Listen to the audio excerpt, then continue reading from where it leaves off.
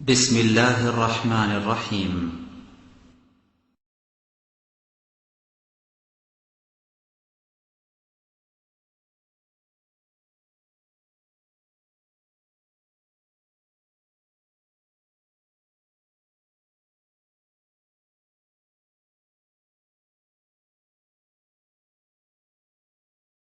السلام عليكم ورحمة الله وبركاته. الحمد لله رب العالمين، والصلاة والسلام على عبد الله ورسوله نبينا محمد وعلى آله وصحبه ومن تبعهم بإحسان إلى يوم الدين. أما بعد،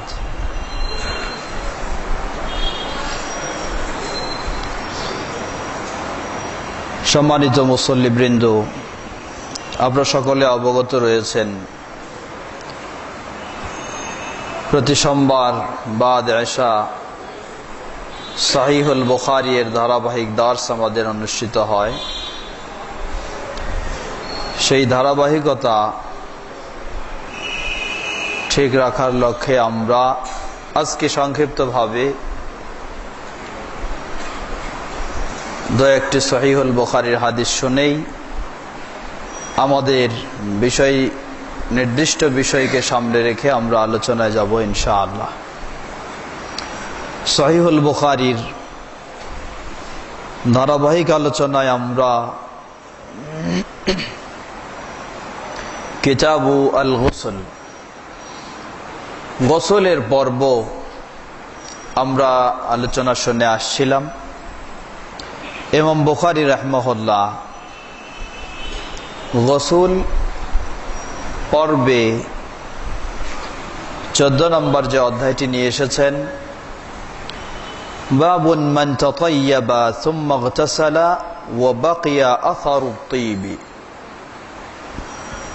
কোন ব্যক্তি যদি গোসল করার পূর্বেই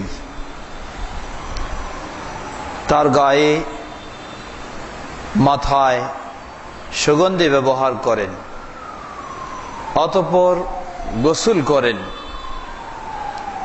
গোসল শেষ করার পরেও যদি তার গায়ে সেই সুগন্ধির আসার আলামত বাকি থাকে,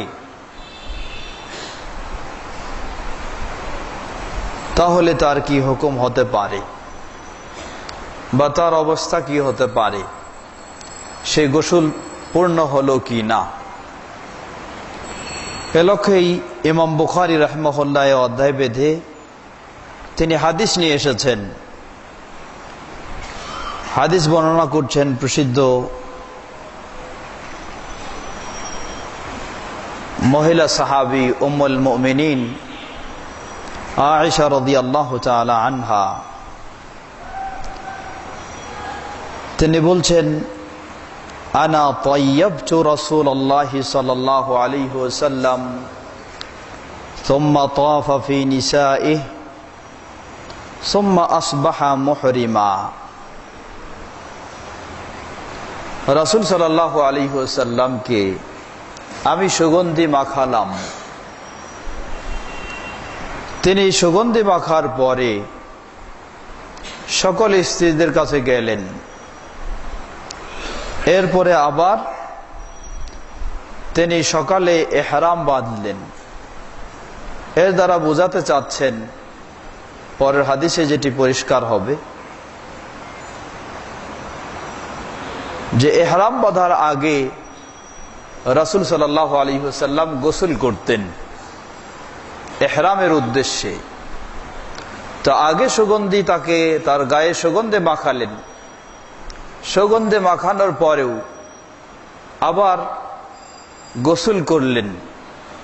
গোসলের পরেও রাসূল সাল্লাল্লাহু আলাইহি ওয়াসাল্লামের গায়ে সেই সুগন্ধের আসার, সেই সুগন্ধের আলামত যেন বাকি রয়েছে। এতে রাসূল সাল্লাল্লাহু আলাইহি ওয়াসাল্লাম সেটাতে কোনো সমস্যা মনে করেননি। পরের হাদিসে আসছে, তিনি বলছেন, উম্মুল মুমিনিন আয়েশা রাদিয়াল্লাহু আনহা, কাআন্নী আনজুরু ইলা ওয়াবিসি আত-তাইবি ফি মাফরাকি আন-নবী সাল্লাল্লাহু আলাইহি ওয়াসাল্লাম ওয়া হুয়া মুহরিম। ইহরামের পূর্বে রাসূল সাল্লাল্লাহু আলাইহি ওয়াসাল্লামের গায়ে তিনি সুগন্ধি মাখালেন, বিশেষ করে মাথার যে সেতি, সেই সেতির মাঝেও সুগন্ধি দিলেন। তবে সেই সুগন্ধি বর্তমান আমরা যে সুগন্ধি ব্যবহার করে থাকি এটা বেশি তরল, যেটা পানির মতো, যার কারণে দেওয়ার সাথে সাথে যেন হারিয়ে যায়, কোনো তার আসার কোনো আলামত পাওয়া যায় না। আর অরিজিনাল যেটা রাসূল সাল্লাল্লাহু আলাইহি ওয়াসাল্লামের সময় সেই ফুল দিয়ে বা কাঠ থেকে তৈরি করা হতো, সেটা যেন মনে হতো ঘি যেমন বা মধু যেমন, কোথাও লাগালে বেশ কিছুক্ষণ ওটাই দেখা যায়, ঘ্রাণ তো পাওয়া যাবেই, সেই ধরনের ছিল। এজন্য উম্মুল মুমিনিন আয়েশা রাদিয়াল্লাহু আনহা বলছেন, আমি যেন রাসূল সাল্লাল্লাহু আলাইহি ওয়াসাল্লামের এই মাথার সেতির জায়গায় সেই সুগন্ধিকে এখনো আমি দেখছি, সেটা বহাল অব্যাহত রয়েছে। অর্থাৎ এতে গোসল করার পরেও তার সেটা দূর হয়নি, এতে কোনো অসুবিধা হয়নি। এরপরে অধ্যায় নিয়ে আসছেন ইমাম বুখারী রাহিমাহুল্লাহ, বাবু তাখলিলিশ শা'রি হাত্তা ইযা যান্না আন্নাহু ক্বাদ আরওয়া বাশারাতাহু আফাদা আলাইহি। ইমাম বুখারী রাহিমাহুল্লাহ অধ্যায় নিয়ে এসেছেন তাখলিলিশ শা'r, গোসল করার সময় মাথার চুল যদি বড় থাকে ফরজ গোসলের সময়, তো এই চুলের গোড়াগুলিতে যেন ভালোভাবে পানি পৌঁছে যায়, সেজন্য প্রয়োজনে আঙ্গুল দিয়ে, মাথার হাতের আঙ্গুল দিয়ে খেলাল করতে হবে, খেলালের মতো, অর্থাৎ গড়ায় গড়ায় পানি হাত দিয়ে পৌঁছানোর চেষ্টা করতে হবে। আমরা আগেই এই প্রসঙ্গে হাদিসে আলোচনা করেছি, রাসূল সাল্লাল্লাহু আলাইহি ওয়াসাল্লামের সেই পরিবেশে পানি যথেষ্ট পরিমাণে সব সময় পাওয়া যেত না, পানির সংকট ছিল। কারণ রাসূল সাল্লাল্লাহু আলাইহি ওয়াসাল্লাম যেই পরিমাণ পানি দিয়ে গোসল করতেন, পরিমাণ কতটুকু আমরা হাদিসে পেয়েছি, 4 থেকে 5 মুদ পানি, 4 থেকে 5 মুদ, অর্থাৎ খুব বেশি হলে 3 কেজি, খুব বেশি হলে 3 কেজি পানি। এই 3 কেজি পানি দিয়ে তিনি গোসল শেষ করতেন, তাহলে হাত দিয়ে চুলের গোড়ায় পানি পৌঁছানো ছাড়া উপায় নাই, যার কারণে সেখানে হাত দিয়ে চুলের গোড়ায় পানি পৌঁছানোর চেষ্টা করতে হবে। তো অধ্যায় বেঁধেছেন ইমাম বুখারী রাহিমাহুল্লাহ, চুলের ভিতরে বা চুলের গোড়ায় হাত দিয়ে আঙ্গুল দিয়ে খেলাল করা, এই পর্যন্ত যেন নিজে বুঝতে পারে যে চুলের গোড়ায় গোড়ায় আমার পানি পৌঁছানো সম্ভব হয়েছে। তো আলহামদুলিল্লাহ, আল্লাহ সুবহানাহু ওয়া তাআলার অশেষ নিয়ামতে আমাদের দেশে পর্যাপ্ত পরিমাণ পানি, অনেক সময় পানির মাঝে আমাদেরকে ডুবেও থাকতে হয় যখন বন্যা শুরু হয়ে যায়। সুতরাং আমাদের পানি গোসলের সময় সংকট হয় না। তবে আমরা শহরে যারা বসবাস করি, অনেক সময় অনেক সংকটও দেখা দেয়। সেই সংকটের সময়ে আমরা রাসূল সাল্লাল্লাহু আলাইহি ওয়াসাল্লামের এই হাদিসের কথা স্মরণ করেও সেই অনুযায়ী আমল করতে পারি, বা সেটাও একটা সেই আমলের পরিবেশ সৃষ্টি হয়ে যায়। যদি স্বল্প পানি দিয়ে আপনাকে গোসল করতে হয়, ফরজ গোসলের সময় অবশ্যই চুলের গোড়ায় পানি যেন পৌঁছে, এটা আপনাকে নিশ্চিত হতে হবে। আর পর্যাপ্ত পানি না থাকলে আপনাকে তখন হাত দিয়ে আঙ্গুল দিয়ে খেলাল করে, অর্থাৎ ভিতরে ভিতরে পৌঁছানোর চেষ্টা করতে হবে। এরপর ইমাম বুখারী রাহিমাহুল্লাহ আরেকটি অধ্যায় বেঁধেছেন, বাবুন মান তাওয়াদ্দা ফিল জানাবাতি সুম্মা গাসালা সাইরা জাসাদিহি ওয়া লাম ইউইদ গুসলা মাওয়াদি'ল ওযুই মাররাতান উখরা। অধ্যায় বেঁধেছেন ইমাম বুখারী রাহিমাহুল্লাহ, মান তাওয়াদ্দা ফিল জানাবাতি সুম্মা গাসালা সাইরা জাসাদিহি। আমরা আগেই বর্ণনা করেছি ফরজ গোসলের পদ্ধতি, যেটা বিশেষ করে স্বামী স্ত্রী মিলন ঘটলে অথবা স্বপ্নদোষ ঘটলে যে গোসল ফরজ হয়, সেই ফরজ গোসলের পদ্ধতি হলো আগে ওযু করে নেবে সালাতের ওযুর মতোই, তারপর সমস্ত মাথা থেকে সমস্ত শরীরে পানি ঢালবে। এজন্য ইমাম বুখারী অধ্যায় বেঁধেছেন, মান তাওয়াদ্দাআ ফিল জানাবাতি সুম্মা গাসালা সাইরা জাসাদি, যে ব্যক্তি ফরজ গোসলের সময় প্রথমে ওযু করবে, অতঃপর সমস্ত শরীরে পানি ঢালবে। সমস্ত শরীরে যখন পানি ঢালা হয়ে গেল, ওয়ালাম ইউইদ গাসলা মাওয়াদি'ল উযু'i মাররাতান উখরা, গোসল যখন হয়ে গেল এরপর আবার পুনরায় সে ওযু করবে না, এর হুকুম কি? সে অবস্থায় সালাত জায়েজ হবে কি না? এই মর্মে ইমাম বুখারী রাহিমাহুল্লাহ এই অধ্যায় নিয়ে এসেছেন।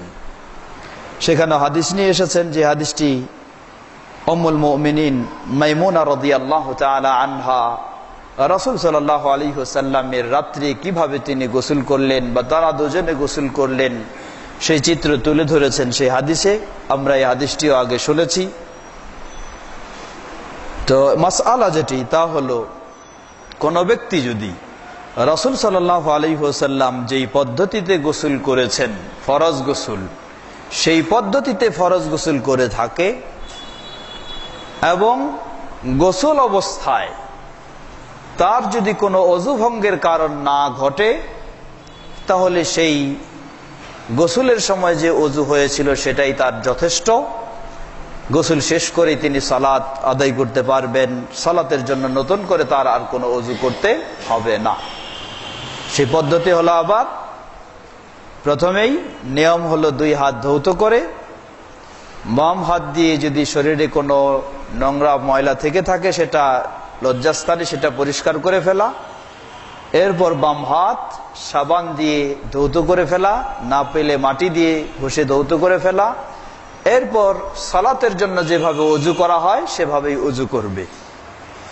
তারপর মাথা থেকে শুরু করে সমস্ত শরীরে পানি ঢালবে।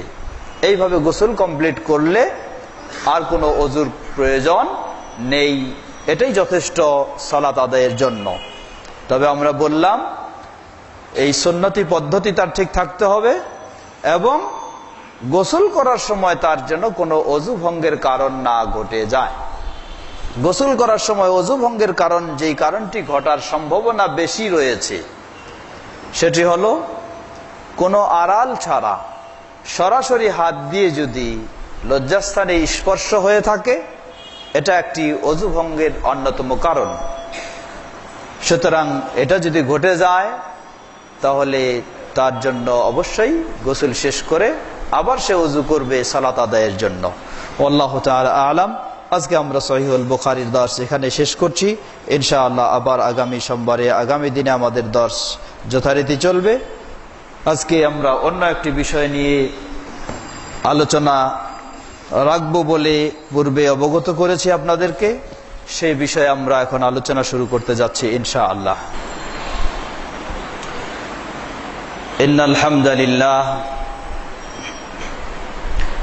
ইন্নাল হামদালিল্লাহ নাহমাদুহু ওয়া নাস্তাঈনুহু ওয়া নাস্তাগফিরুহু ওয়া নাউযু বিল্লাহি মিন শুরুরি আনফুসিনা ওয়া মিন সাইয়্যাতি আ'মালিনা ওয়া মান ইয়াহদিহিল্লাহু ফালা মুদিল্লা লাহু ওয়া মান ইউদ্লিলহু ফালা হাদিয়া লাহু ওয়া আশহাদু আন লা ইলাহা ইল্লাল্লাহু ওয়াহদাহু লা শারীকা লাহু ওয়া আশহাদু আন্না মুহাম্মাদান আবদুহু ওয়া রাসূলুহু। ইয়া আইয়ুহাল্লাযীনা আমানুত্তাকুল্লাহা হাক্কা তুকাতিহি ওয়া লা তামুতুন্না ইল্লা ওয়া আনতুম মুসলিমুন।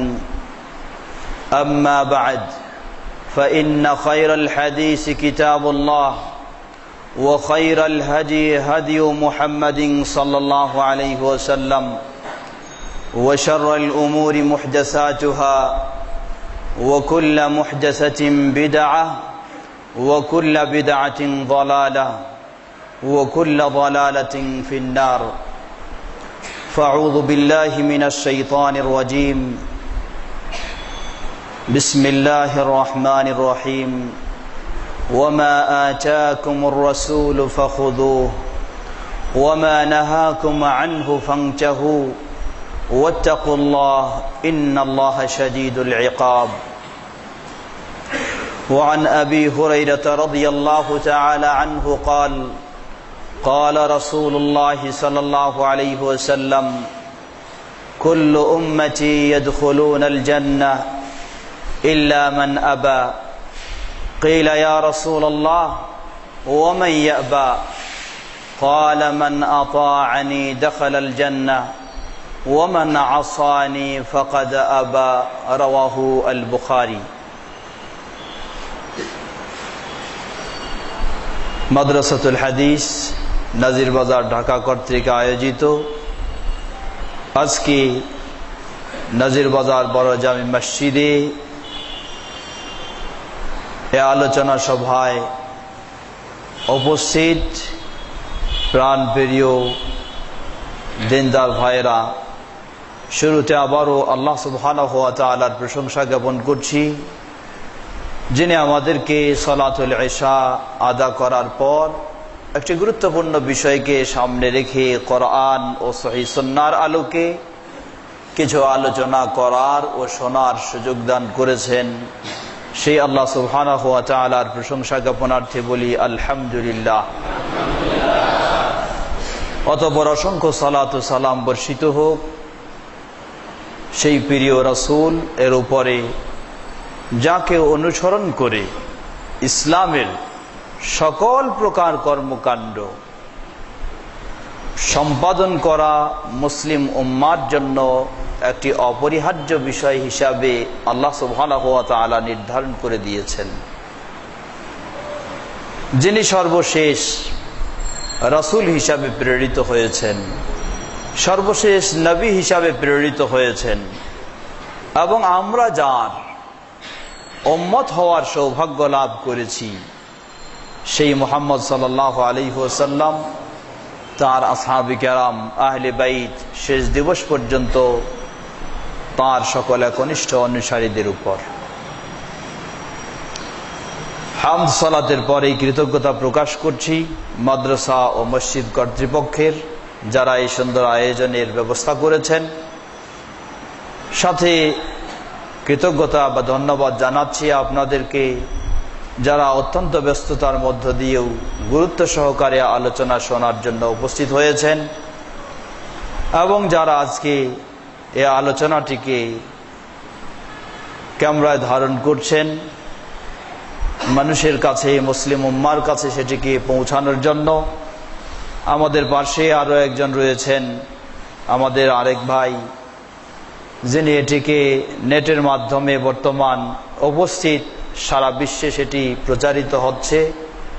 পৃথিবীর বিভিন্ন অঞ্চল থেকে তারা সরাসরি আমাদের এই আলোচনা এখন শুনছেন, আমাদের সাথে তারাও সম্পৃক্ত হয়েছেন। আল্লাহ রাব্বুল আলামিন যারা এই আয়োজন বা এই সহযোগিতা দিচ্ছেন তাদেরকেও জাযায়ে খায়র দান করুন, এবং যারা এখানে উপস্থিত ও পৃথিবীর বিভিন্ন দেশে বিভিন্ন স্থানে এ আলোচনা শুনছি এবং পরবর্তীতে শুনব, সকলেই যেন আমরা এ আলোচনা থেকে উপকৃত হয়ে সঠিকভাবে ইসলামের পথে চলতে পারি। আল্লাহ আমাদের সকলকে সে তৌফিক দান করুন। সম্মানিত ভাইরা আমার, আমরা পূর্বে অবগত হয়েছি আজকের আলোচ্য বিষয় সুন্নতে রাসূল সাল্লাল্লাহু আলাইহি ওয়াসাল্লাম ও চার ইমামের অবস্থান। বিষয়টি একটি অত্যন্ত গুরুত্বপূর্ণ বিষয়, বিশেষ করে বর্তমান প্রেক্ষাপটে, বর্তমান সময়ে। আজকে আফসোসের সাথে বলতে হয়, আমরা মুসলিম উম্মাহ সকল দিক থেকে যেন দুর্বল হয়ে গেছি। মুসলিম বিশ্বে মুসলিম সমাজ যেন আজকে নির্যাতিত, নিষ্পেষিত ও মাজলুম হয়ে জীবনযাপন করছে, অথচ ইসলাম যে অনুসরণ করবে সে কখনো মাজলুম হয়ে পৃথিবীতে জীবনযাপন করতে পারে না। পৃথিবীর বুকে ইসলামই সর্বোত্তম আদর্শ নিয়ে এসেছে।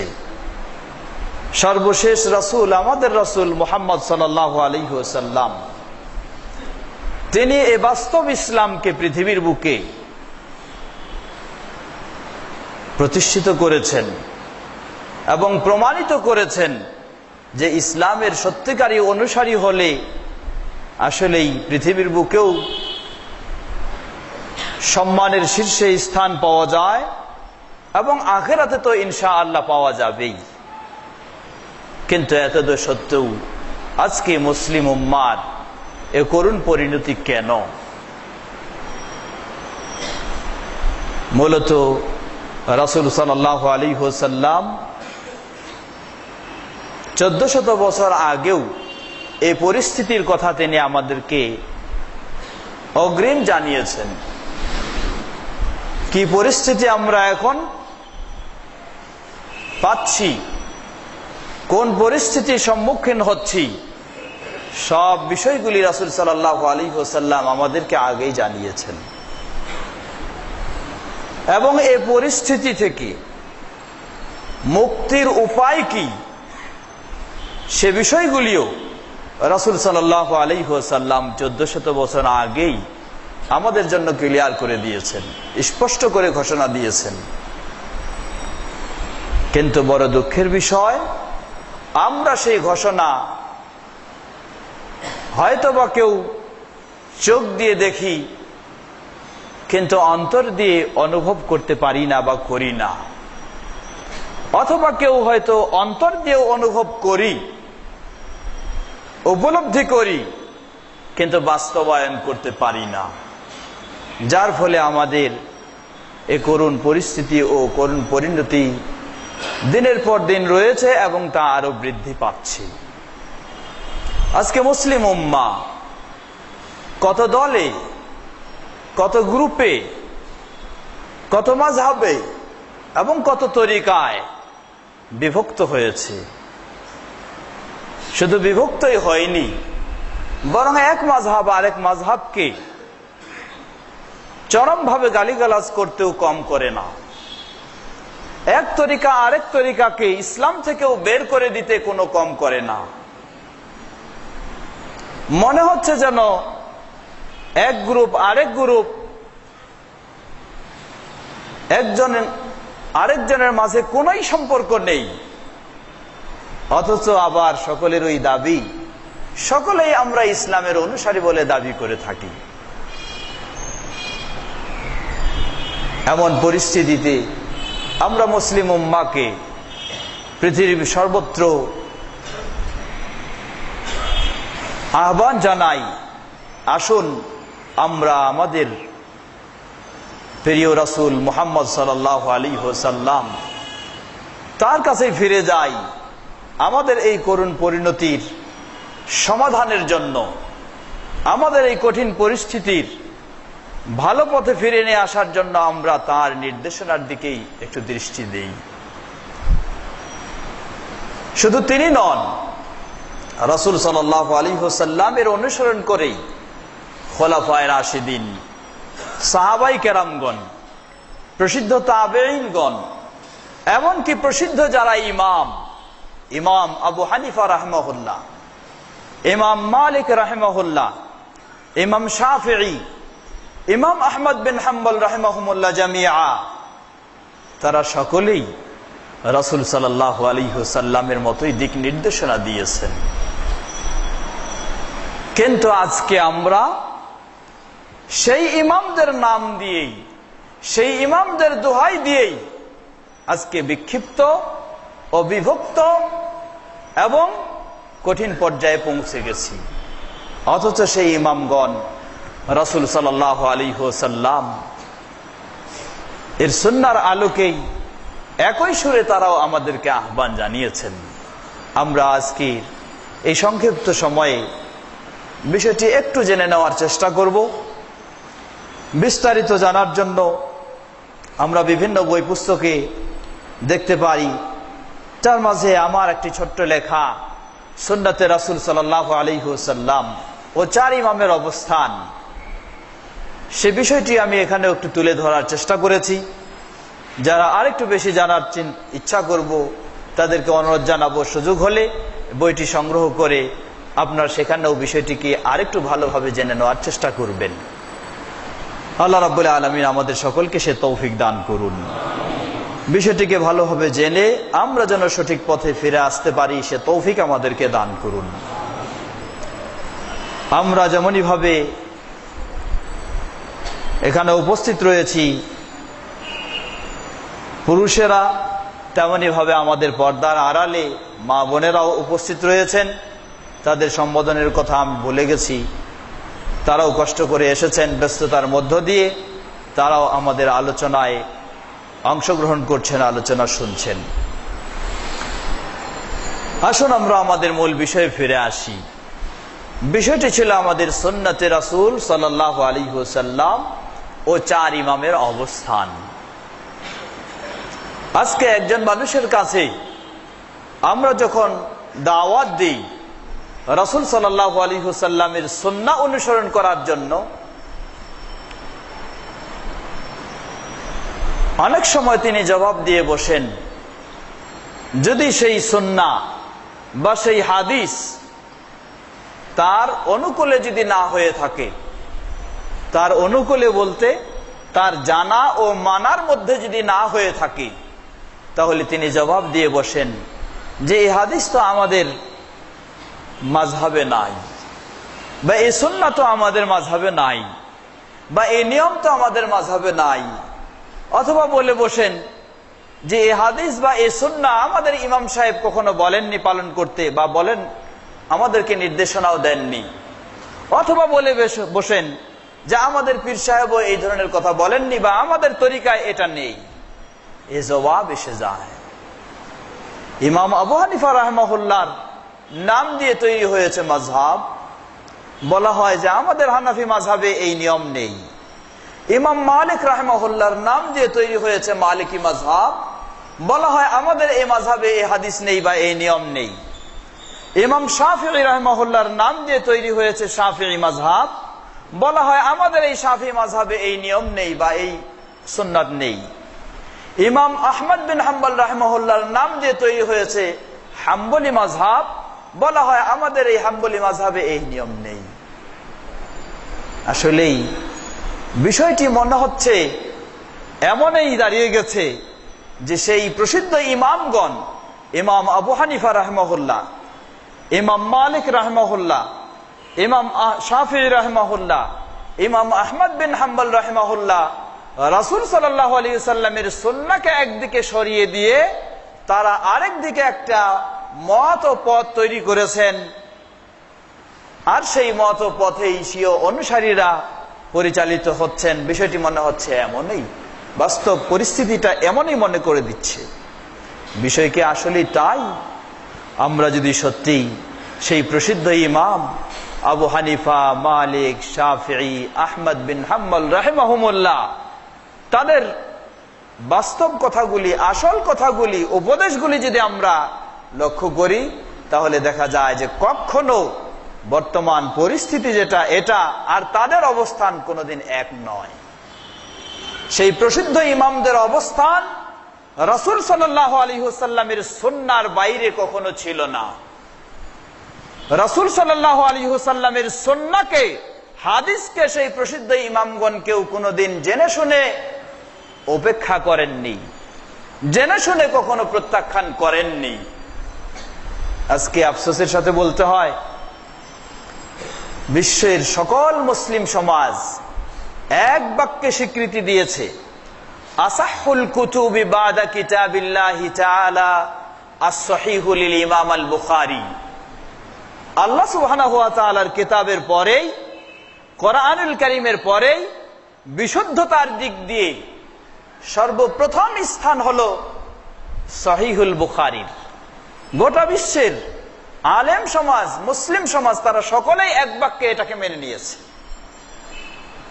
কোরআনুল কারীমের পরেই বিশুদ্ধতার দিক থেকে সর্বপ্রথম স্থান যেই হাদিসের গ্রন্থের, সেটির নাম হলো সহিহুল বুখারীর। কিন্তু বড় পরিতাপের বিষয়, এটা মৌখিকভাবে স্বীকৃতি দিচ্ছে, মানার ক্ষেত্রে যদি নিজের মাযহাবের, নিজের তরিকার, নিজের নিয়মের সাথে না মিলে যায়, তখন সরাসরি হাদিসের সামনেই জবাব দেওয়া হয় যে এই হাদিস আমাদের মাযহাবে নাই, তাই আমরা মানছি না। নাউযুবিল্লাহ। কোথায় স্বীকৃতি মৌখিক আর কোথায় বাস্তব অবস্থা। আমাদের দেশেও সহিহুল বুখারী বাংলা ভাষায় অনুবাদ হয়েছে, অনেক বড় বড় সুপরিচিত মুহাদ্দিসিন তারা অনুবাদ করেছেন, শাইখুল হাদিস বলেও পরিচিত তারা অনুবাদ করেছেন। কিন্তু যখন এমন হাদিসগুলির তারা অনুবাদ করতে গেছেন, রাফউল ইয়াদাইন করার, রুকুর আগে পরের, সূরা ফাতিহা পাঠ করার বা ইত্যাদি এই সমস্ত হাদিসগুলি, শেষে তারা নিচে আন্ডারলাইন দিয়েছেন যে এই হাদিস বা এই নিয়ম আমাদের মাযহাবে নাই, তাই সেটি চলছে না। নাউজুবিল্লাহ। তাহলে কোথায় আমার স্বীকৃতি যে কোরআনুল কারীমের পরেই হচ্ছে সর্ববিশুদ্ধ হলো সহিহুল বুখারী, আবার কোথায় আমার এই বক্তব্য বা এই মন্তব্য? খুব আফসোসের সাথেই বলতে হয়, আজকে আমাদের কোন পর্যায়ে আমরা চলে গেছি, নিজের দল ও মত ও তরিকা ও চিন্তা চেতনাকে প্রাধান্য দিতে গিয়ে, প্রতিষ্ঠিত করতে গিয়ে সরাসরি বিশুদ্ধ রাসূল সাল্লাল্লাহু আলাইহি ওয়াসাল্লামের হাদিসকে প্রত্যাখ্যান করতেও আমরা সামান্যতম কিছু মনে করি না। এমন পর্যায়ে আমরা চলে গেছি। আমরা যদি একটু স্মরণ করে দেখি রাসূল সাল্লাল্লাহু আলাইহি ওয়াসাল্লামের সুন্নাহর গুরুত্ব কতটুকু। অতএব এইভাবে যারা আমরা রাসূল সাল্লাল্লাহু আলাইহি ওয়াসাল্লামের হাদিসকে বিভিন্ন দোহাই দিয়ে বর্জন করে থাকি, তাহলে তাদের পরিণতি বা কত ভয়াবহ। আমরা সকলেই জানি রাসূল সাল্লাল্লাহু আলাইহি ওয়াসাল্লাম এর হাদিস, ইসলামের মৌলিক নীতিমালা হচ্ছে দুটি।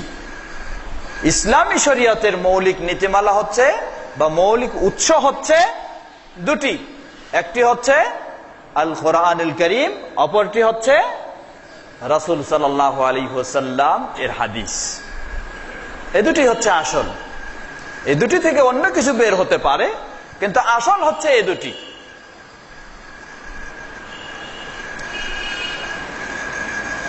সুতরাং রাসূল সাল্লাল্লাহু আলাইহি ওয়াসাল্লামের হাদিসকে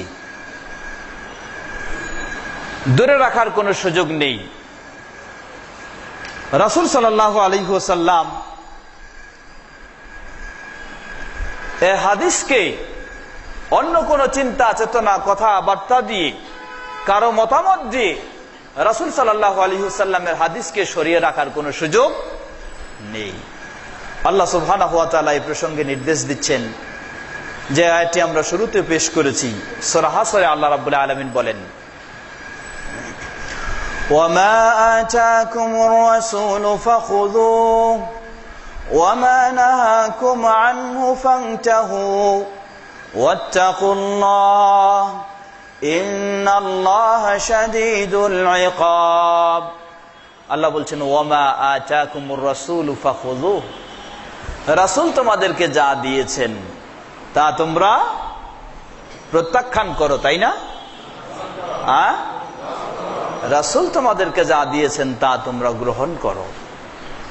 আমার ইমাম যত বড়ই ইমাম হোক না কেন, আমার মুরব্বী যত বড়ই মুরব্বী হন না কেন, আমার পীর সাহেব যত বড়ই পীর সাহেব হন না কেন, বা আমার ওস্তাদ যত বড়ই তিনি মুহাদ্দিস মুফাসসির হন না কেন, রাসূল সাল্লাল্লাহু আলাইহি ওয়াসাল্লাম যা দিয়েছেন সেটাকেই আমাদেরকে গ্রহণ করতে হবে।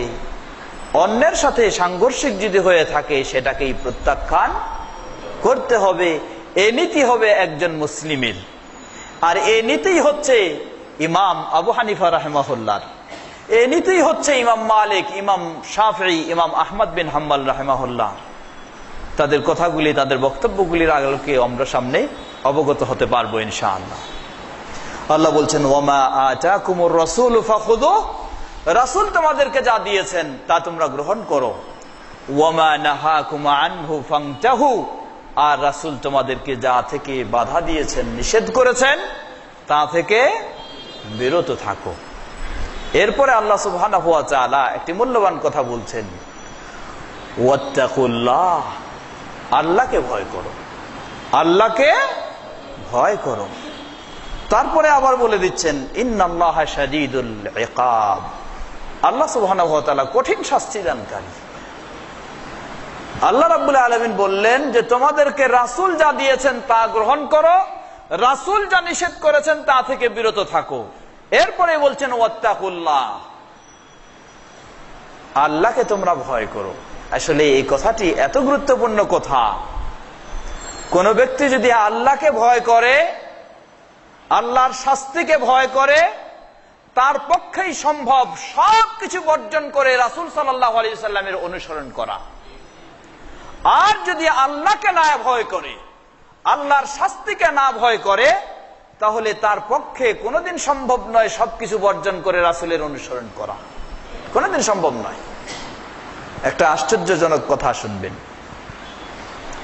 বিভিন্ন জন বিভিন্ন রকমের আজকে মিডিয়াতেও বক্তব্য আমরা শুনতে পাই। কিছু মিডিয়ায় আলহামদুলিল্লাহ ভালো বক্তব্য, ভালো কথা আমরা শুনতে পাই। সেগুলির মাঝে এক নম্বরই হলো বাংলা ভাষায় পিস টিভি বাংলা, যেখানে আলহামদুলিল্লাহ সপ্তাহে 6 দিনেই আমারও ধারাবাহিক প্রোগ্রাম প্রচারিত হয়, তাওহীদ এর প্রোগ্রাম। এছাড়া আরো অন্যান্য নতুন কিছু প্রোগ্রাম তারা ছেড়েছেন। আবার এখন আমাদের দেশীয় অনেকগুলি চ্যানেল রয়েছে। কোন এক চ্যানেলের সেই চ্যানেলের আলোচকগণ এমন কথা বলেন যে কথাগুলি আসলেই কোরআন সুন্নাহ থেকে বহু দূরে। যারা উপস্থাপক, যারা আলোচক, তাদেরকে আরেক ভাই যিনি চ্যানেলে ভালো কথা বলেন একটু বললেন যে আপনারা এই কথাগুলি বলছেন চ্যানেলে, আপনাদের সাথে একটু আমাদের মত বিনিময় যদি হয় তাহলে হয়তো বা কিছুটা পরিবর্তন আসতে পারে। তো যারা কোরআন সুন্নাহ থেকে বহু দূরে কথা বলেন ইসলামের নাম দিয়ে, তিনি সরাসরি বলে ফেললেন যে আমরা এই আলোচনা রেখে থাকি, এর বিনিময়ে আমরা এত পাই, যদি আরো এর চেয়ে কেউ বেশি আমাদেরকে বাড়ায় দেয় এবং সেই আলোচনা দ্বীনি আলোচনার মঞ্চে আমাদেরকে গান করতে, নাচতে বলে, সেটা আমরা করতে প্রস্তুত আছি। সরাসরি তার কথা, এটা আমি বানায় বলছি না। আল্লাহু আকবার। তাহলে এই জন্যই বলছিলাম, আল্লাহ সুবহানাহু ওয়া তাআলা বলছেন ওমা আতাকুমুর রাসূলু ফাখুযুহু ওয়া মা নাহাকুম আনহু ফান্তাহু। রাসূল তোমাদেরকে যা দিয়েছেন তা গ্রহণ করো, আর যা থেকে বাধা দিয়েছেন তা থেকে বিরত থাকো। এরপরে আল্লাহ বলছেন ওয়াত্তাকুল্লাহ, তোমরা আল্লাহকে ভয় করো। যদি আল্লাহর ভয় থাকতো তাহলে এই ব্যক্তিদের কথা ও চিন্তা ও কাজ কখনো অর্থের বিনিময়ে এরকম হতো না। আল্লাহর ভয় নেই। আমরা আজকে আমাদের নিজেদেরকেও এবং সকলকে এই আহ্বানে জানাবো, সর্বপ্রথম বলবো আল্লাহ সুবহানাহু ওয়া তাআলাকে ভয় করুন। আল্লাহর কাছে আমাদেরকে ফিরে যেতে হবে, আল্লাহর কাছে আমাদেরকে জবাবদিহির সম্মুখীন হতে হবে। আল্লাহর কাছে কি জবাব দিব সেই বিষয়টি আমরা যেন আজকে এই পৃথিবীতে যতদিন বেঁচে রয়েছি ততদিন প্রস্তুতি নিতে পারি, সেই চিন্তা আমাদের সকলের হওয়া উচিত। যদি হয়ে থাকে তাহলে আসলেই বিষয়টি সহজ হয়ে যাবে। কারণ আমরা সকলে জানি আল্লাহ সুবহানাহু ওয়া তাআলার কাছে যখন উপস্থিত হব, আল্লাহ রাব্বুল আলামিনের পক্ষ থেকে কবরে বলেন আর হাসরে বলেন কখনো কোনো প্রশ্ন করা হবে না আমি কোন মাযহাবের অনুসারী ছিলাম। সারা বিশ্বের সকলেই একমত যে কিয়ামতের দিন কবর থেকে শুরু করে একেবারে শেষ পর্যন্ত কখনো কোনো মানুষকে প্রশ্ন করা হবে না আমি হানাফি মাযহাবে ছিলাম, না আমি শাফি মাযহাবে ছিলাম, না আমি মালিকি, না হাম্বলি, না অন্য কোনো মাযহাবে ছিলাম। কোনোদিন প্রশ্ন করা হবে না। সারা বিশ্বের মুসলিম সমাজ এক বাক্যে এটি স্বীকৃতি দিবে। প্রশ্ন করা কি হবে তাহলে? আমি কোন তরিকার মুরিদ ছিলাম, এটাই প্রশ্ন হইতে পারে মনে হয়। কোনদিন সারা বিশ্বের মানুষ এক বাক্যে এটাও স্বীকার করে কখনো কবর থেকে শুরু করে শেষ পর্যন্ত কোন মানুষকে প্রশ্ন করা হবে না তুমি কোন চিস্তিয়া তরিকার মুরিদ ছিলা, না তুমি কাদেরিয়ার মুরিদ ছিলা, না তুমি নকশবন্দিয়ার মুরিদ ছিলা, না তুমি সরারদার মুরিদ ছিলা, না তুমি কিসের মুরিদ ছিলা, এটাও কোনোদিন প্রশ্ন করা হবে না। সকলে এক বাক্যে স্বীকার করে। যারা ওই তরিকাতে মুরিদ করা তারাও জানেন, তারাও বলেন, তারাও স্বীকার করেন যে এটা কোনোদিন প্রশ্ন করা হবে না। তাহলে কেন আজকে আমরা মানুষদেরকে সেই দিকে আবদ্ধ করছি, সেই দিকে সম্পৃক্ত করছি, সেদিকে আমরা দাঁত দিয়ে কামড়ে ধরে রাখতে চাচ্ছি কেন? কিন্তু কোনো সন্দেহ নেই, আল্লাহ সুবহানাহু ওয়া তাআলার পক্ষ থেকে কবর থেকে শুরু করে পরবর্তী সর্বত্রই এ প্রশ্ন আসবেই যে আল্লাহর রাসূল সাল্লাল্লাহু আলাইহি সাল্লাম যা নিয়ে এসেছেন সেটা আমরা পালন করেছি কি না। কি বলেন, প্রশ্ন আসবে না? অবশ্যই প্রশ্ন আসবে। সারা বিশ্বের সকল মুসলিম এক বাক্যে স্বীকার করে যে রাসূল সাল্লাল্লাহু আলাইহি সাল্লাম আল্লাহর পক্ষ থেকে যা নিয়ে এসেছেন সেটা যদি আমরা গ্রহণ না করি, সেটা যদি আমরা না মানি, না পালন করি, তাহলে অবশ্যই কবর থেকে শুরু করে সর্বত্র আমাদেরকে এই প্রশ্নের সম্মুখীন হতে হবে। সুতরাং আমরা আহ্বান জানাই খুব সহজভাবে প্রতিটি মুসলিম ভাই ও বোনকে, আসুন আল্লাহর কাছে যে প্রশ্নের জবাব দিতে হবে সেই প্রশ্নের জবাবের প্রস্তুতি আপনি নিন। আর আল্লাহর কাছে যে প্রশ্নের কোনো কল্পনাই করা যায় না, সেই প্রশ্নের জবাবের নিয়ে বা সেই প্রশ্ন নিয়ে কখনো ব্যস্ত হবেন না।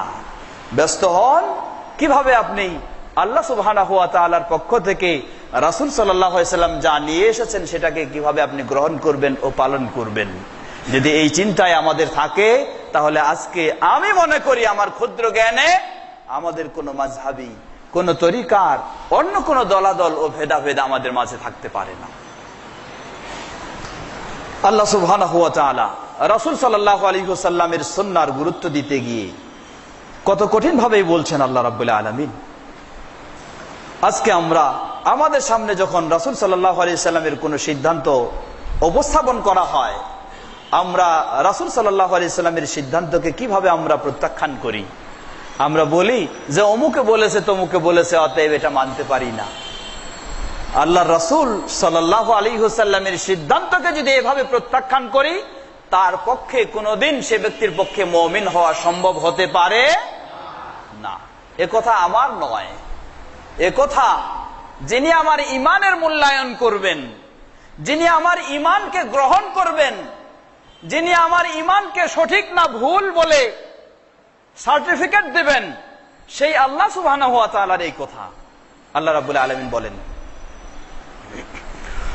ফালা ওয়া রাব্বিকা লা ইউমিনুন হাত্তা ইউহাক্কিমুকা ফীমা শাজারা বাইনাহুম সুম্মা লা ইয়াজিদু ফী আনফুসিহিম হারাজাম মিম্মা কাদাইত ওয়া ইউসাল্লিমু তাসলিমা। সূরা নিসা 65 নম্বর আয়াতে আল্লাহ সুবহানাহু ওয়া তাআলা বলছেন, ভালোভাবে খেয়াল করবেন, আল্লাহ বলছেন ফালা ওয়া রাব্বিকা লা ইউমিনুন, তোমার রবের কসম করে বলছি, লা ইউমিনুন, তারা ঈমানদার নয়। কারা ঈমানদার নয়? হাত্তা ইউহাক্কিমুকা ফীমা শাজারা বাইনাহুম, যতক্ষণ না তারা তাদের মাঝে পারস্পরিক যে দ্বন্দ্ব ও বিবাদ সেটার সমাধানের জন্য তোমাকে গ্রহণ না করে নেয়, ততক্ষণ পর্যন্ত তারা ঈমানদার নয়। আল্লাহ সুবহানাহু ওয়া তাআলা কসম করে বলতেছেন। তাহলে আজকে আমাদের মাঝে দিনের বিষয়ে, ইসলামের বিষয়ে যে কিছু দ্বন্দ্ব হয়ে থাকে, দিনে হইতে পারে, দুনিয়া হইতে পারে, দুনিয়ার পরে রাখলাম, দিনের বিষয়গুলি, দিনই বিষয়গুলিকে কেন্দ্র করে একজন বলে যে কবরের পূজা করতে হবে, আরেকজন বলে কবরের পূজা করা যাবে না, একজন বলে কবরের কাছে গিয়ে সেজদা দিতে হবে, আরেকজন বলে সেজদা দেওয়া যাবে না,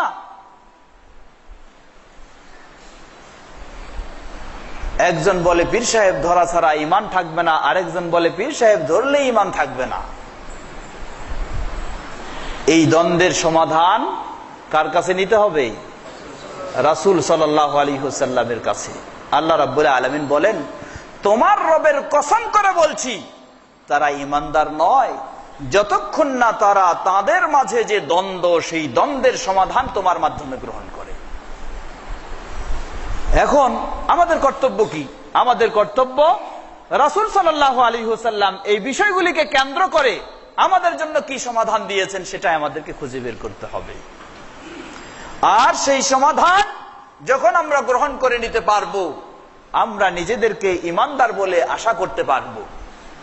আর যদি রাসূল সাল্লাল্লাহু আলাইহি ওয়াসাল্লামের সেই সমাধানকে নিজের কোনো ব্যক্তির দোহাই দিয়ে, ইমাম সাহেবের দোহাই দিয়ে, তরিকার দোহাই দিয়ে, কোন দলের দোহাই দিয়ে, কোন গোষ্ঠীর দোহাই দিয়ে, কোন ব্যক্তির দোহাই দিয়ে, কোন মতের দোহাই দিয়ে, কোন চিন্তার দোহাই দিয়ে যদি রাসূল সাল্লাল্লাহু আলাইহি ওয়াসাল্লামের সিদ্ধান্তকে ছেড়ে দিয়েই প্রত্যাখ্যান করি, গ্রহণ না করি, আল্লাহ সুবহানাহু ওয়া তাআলা সাধারণভাবে বলেননি, বরং আল্লাহ রাব্বুল আলামিন তিনি কসম করে বলতেছেন লা ইউমিনুন, ঈমানদার হতে পারে না।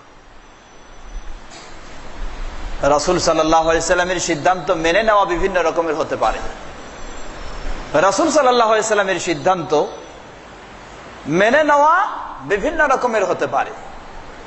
উপস্থিত কোন মাজলিসে যখন সমাধানে আসতে হয়, অনেক সময় কেউ কি করে, সেখানে বাধ্য হয়, চক্ষু লজ্জায় কি করে, বলে ফেলে যে হ্যাঁ মেনে নিয়েছি সব। তারপর যখন সেখান থেকে চলে যায় তখন কি বলে, ওখানে বলার দরকার ছিল তাই বলেছি, আসলে আমি এটা কোনোদিন মানি। রাসূল সাল্লাল্লাহু আলাইহি ওয়াসাল্লামের সিদ্ধান্তকে যদি এইভাবে কেউ মানতে চায়, আল্লাহ রাব্বুল আলামিন বলছেন সেও কোনোদিন মুমিন হতে পারেনি। আল্লাহ বলছেন হাত্তা ইউহাক্কিমুকা ফীমা শাজারা বাইনাহুম সুম্মা লা ইয়াজিদু ফী আনফুসিহিম হারাজাম মিম্মা কাদাইত সুম্মা লা ইয়াজিদু ফী আনফুসিহিম হারাজাম মিম্মা কাদাইত। তারা তাদের অন্তরে রাসূল সাল্লাল্লাহু আলাইহি ওয়াসাল্লামের সিদ্ধান্তকে গ্রহণ করার পর অন্তরে এমনই ভাবে রাসূল সাল্লাল্লাহু আলাইহি ওয়াসাল্লাম এর সুন্নাহর বিষয়গুলি যদি আমরা আরো স্মরণ করি, হাদিসে স্পষ্টভাবে প্রথমে যে কথাটি আমি বলেছিলাম যে বর্তমান প্রেক্ষাপট 1400 বছর আগেই রাসূল সাল্লাল্লাহু আলাইহি ওয়াসাল্লাম এই পরিস্থিতির কথা তিনি আমাদেরকে তুলে ধরেছেন, যেটি দীর্ঘ হাদিস। হাদিসটি ইবনে মাজাহ, তিরমিজি, আবু দাউদ, মুসনাদে আহমদ বিভিন্ন হাদিস গ্রন্থে এসেছে। হাদিসটি সহিহ। প্রসিদ্ধ সাহাবী ইরবাজ ইবনে সারিয়া রাদিয়াল্লাহু তাআলা আনহু বর্ণনা করছেন। সংক্ষিপ্তভাবে বলছি, আমাদের সময় শেষ হয়ে আসছে। সাহাবী বলছেন রাসূল সাল্লাল্লাহু আলাইহি ওয়াসাল্লাম একদিন আমাদেরকে সালাত আদায় করালেন, জোহরের সালাত পড়ালেন। এরপরে তিনি আমাদের দিকে মুখ করে ঘুরে বসলেন। ফাওয়াদা মাউইজাতান বালিগাতান যারাফাত মিনহাল উয়ুন। রাসূল সাল্লাল্লাহু আলাইহি ওয়াসাল্লাম নামাজ শেষ করে আমাদের দিকে মুখ করে ঘুরে বসলেন। বসে তিনি এমন একটা হৃদয়স্পর্শী বক্তব্য দিলেন, ওয়াজিলাত মিনহাল কুলুব। বক্তব্য শুনে আমাদের হৃদয় যেন কাঁপতে শুরু করছে। ওয়াজারাফাত মিনহাল উয়ুন। বক্তব্য শুনে আমাদের অশ্রু যেন ঝরঝরে প্রবাহিত হচ্ছে। কেউ কারো কান্নাকে যেন আমরা ধরে রাখতে পারছি না। মনে হলো রাসূল সাল্লাল্লাহু আলাইহি ওয়াসাল্লাম যেন তার বিদায়ী ভাষণ আমাদের সামনে রাখছেন, এটাই যেন শেষ, আর মনে হয় আমরা তার কাছে ভাষণ পাবো না। একজন সাহাবী প্রশ্ন করে বসলেন, হে আল্লাহর রাসূল সাল্লাল্লাহু আলাইহি ওয়াসাল্লাম, মনে হচ্ছে এটা যেন বিদায়ী ভাষণ, অতএব আপনি আমাদেরকে আপনার অবর্তমানে কি করণীয় হতে পারে আমাদের কিছু উপদেশ করুন আমাদেরকে। রাসূল সাল্লাল্লাহু আলাইহি ওয়াসাল্লাম উপদেশ করলেন কি? সর্বপ্রথম বললেন, উসিকুম বিতাকওয়াল্লাহ। সর্বপ্রথম আমি তোমাদেরকে যে বিষয়টির উপদেশ দিচ্ছি তা হলো তাকওয়াল্লাহ, আল্লাহ সুবহানাহু ওয়া তাআলার তাকওয়ার বিষয়। রাসূল সাল্লাল্লাহু আলাইহি ওয়াসাল্লাম অধিকাংশ সময় বক্তব্যে বা কাউকে ব্যক্তিগত উপদেশে সর্বপ্রথমে তিনি আল্লাহর তাকওয়ার উপদেশ দিতেন। কারণ আজকে আল্লাহর তাকওয়া যদি আমাদের কাছে হয়ে যায়, এসে যায়, আল্লাহর ভয় ভীতি যদি আমরা সঠিকভাবে অবলম্বন করতে পারি, তাহলে আমাদের জন্য ইসলাম পালন করা খুবই সহজ হয়ে যাবে। আর যদি সেটা না থাকে, তাহলে বিভিন্ন সময় নিজের প্রেস্টিজ হ্যাম্পারের কারণে হোক, নিজের চাকরিকে টিকানোর জন্য হোক, বা নিজের সমাজে নিজের মান মর্যাদা বজায় রাখার জন্য হোক, আমরা ইসলামকেও বাদ দিতে কম করব না, যদি তাকওয়া না থাকে, আল্লাহর ভয় না থাকে। রাসূল সাল্লাল্লাহু আলাইহি ওয়াসাল্লাম এরপরে বললেন, ওয়াসামউ ওয়া তাআ। তোমাদেরকে আরো আনুগত্য শিকার, তোমাদের যারা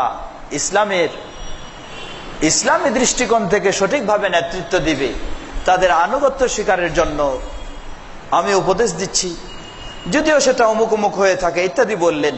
তারপর বললেন, জেনে রাখো فإنه من يعش منكم بعدي فسيرى اختلافا كثيرا।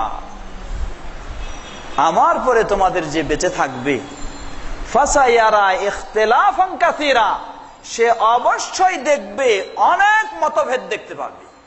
কিসের অনেক মতভেদ?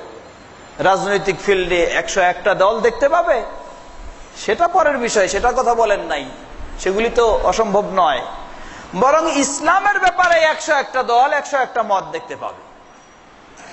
বললেন যে মাইয়া মিনকুম বাদি ফাসায়ারা ইখতিলাফান কাসীরা, আমার পরে যারা বেঁচে থাকবে, যতদিন বেঁচে থাকুক কিয়ামত পর্যন্ত, ফাসায়ারা ইখতিলাফান কাসীরা, ইসলামের ব্যাপারে অনেক মতামত দেখতে পাবে।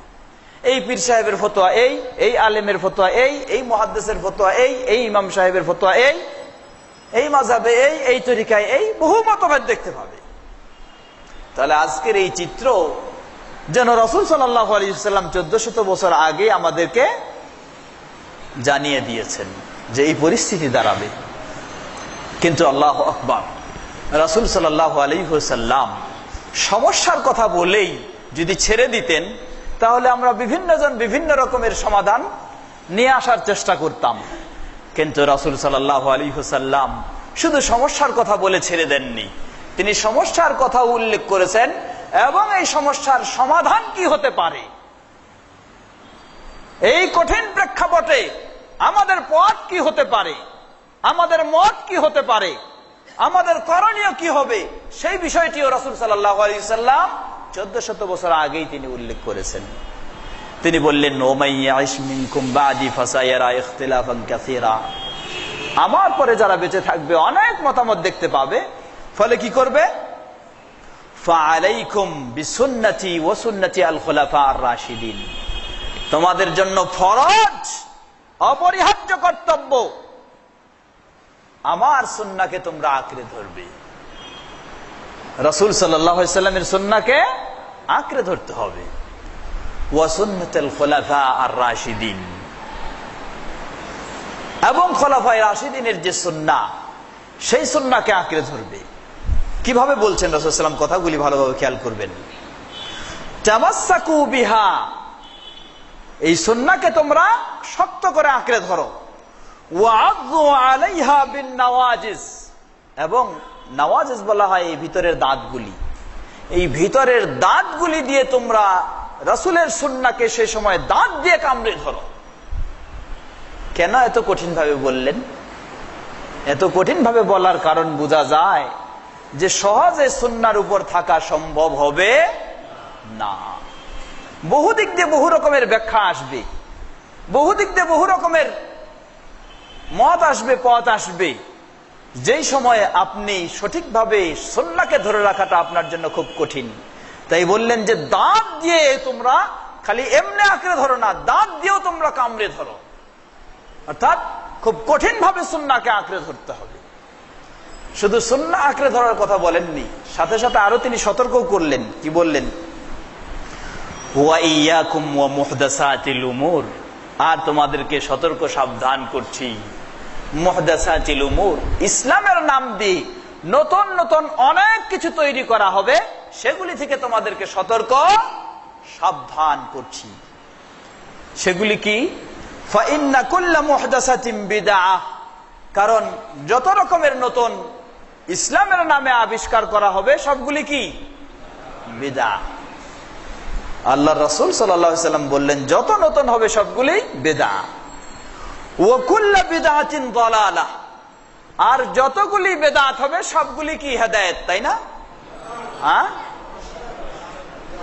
আল্লাহর রাসূল সাল্লাল্লাহু আলাইহি ওয়াসাল্লাম এইভাবে ঘোষণা দিয়ে গেলেন।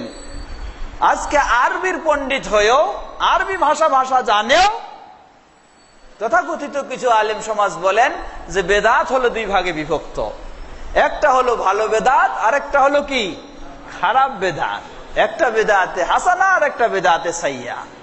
অথচ রাসূল সাল্লাল্লাহু আলাইহি সাল্লাম এই যারা আজকে বেদাতে হাসানা ও সাইয়্যা ভাগ করছেন, এই প্রেক্ষাপটটাই সামনে রেখে রাসূল সাল্লাল্লাহু আলাইহি সাল্লাম 1400 বছর আগে উপদেশ দিয়ে গেলেন কুল্লা বিদআতিন দালালা, যত রকমের বেদাত সবগুলি হলো দালালা, পথভ্রষ্টতা, সবগুলি গুমরাহি, পথভ্রষ্টতা। এই মেম্বারেই রাসূল সাল্লাল্লাহু আলাইহি সাল্লাম খুতবা যখন দিতেন, মসজিদে মেম্বারে দাঁড়িয়ে রাসূল সাল্লাল্লাহু আলাইহি সাল্লাম এই কথাগুলিকে সর্বপ্রথমে স্মরণ করতেন। আর এই দলালা, পথভ্রষ্টতা মানুষকে নিয়ে যাবে জান্নাতের দিকে, তাই না? স্পষ্ট ভাবে বলে দিলেন, ওয়া কুল্লু দালালাতিন ফিন্নার। আর এই পথভ্রষ্টতা নিয়ে যাবে মানুষকে জাহান্নামের দিকে, নাউযুবিল্লাহ। তাহলে আজকে এই বর্তমান প্রেক্ষাপটে যখন আমরা দেখতেছি, বিষয়টি ভালো করে হাদিসটি খেয়াল করবেন, এখন আমরা দেখছি যে অসংখ্য ইসলামের নামে মত তৈরি হয়েছে। কি বলেন, হয়েছে না? তাহলে এই অসংখ্য মত তৈরি হওয়ার ক্ষেত্রে কি করণীয়? সব মতগুলিকে দূরে সরিয়ে দিয়ে রাসূল সাল্লাল্লাহু আলাইহি সাল্লামের আসল সুন্নাহ কোথায় সেটা আপনাকে বের করে নিয়ে এসে দাঁত দিয়ে কামড়ে ধরতে হবে। তাহলে সম্ভব হবে ইসলামের উপর থাকা। আর যদি না পারি তাহলে সব কঠিন। এখানে সতর্ক করে দিলেন, ওয়া কুল্লু মুহদাসাতিন বিদআহ, কুল্লু মুহদাসাতিন বিদআহ। যত রকমের ইসলামের নাম দিয়ে নতুন কিছু তৈরি হয়েছে সবগুলি কি? বেদাত। আর বেদাতই হলো পথভ্রষ্টতা। তাহলে আজকে বর্তমান প্রেক্ষাপটে আমাদের কিছু ভাইয়েরা সাধারণ মানুষের জন্য ফরজ করে দিয়েছেন, 4টি মাযহাবের যে কোনো একটি মানতেই হবে, ফরজ করে দিয়েছেন না? এটা কি নতুন আবিষ্কার না রাসূল সাল্লাল্লাহু আলাইহি সাল্লামের যুগে ছিল? তাহলে রাসূল সাল্লাল্লাহু আলাইহি সাল্লাম এই হাদিসেই বলে দিচ্ছেন যে সেই সময়ে যেগুলি ছিল না, নতুন ইসলামের নাম দিয়ে তৈরি হয়েছে, সেগুলি হলো নতুন আবিষ্কৃত বিষয়। আর সেগুলির নামে হলো কি? বেদাত। আর বেদাতেই হলো মানুষকে পথভ্রষ্টতার দিকে নিয়ে যাবে।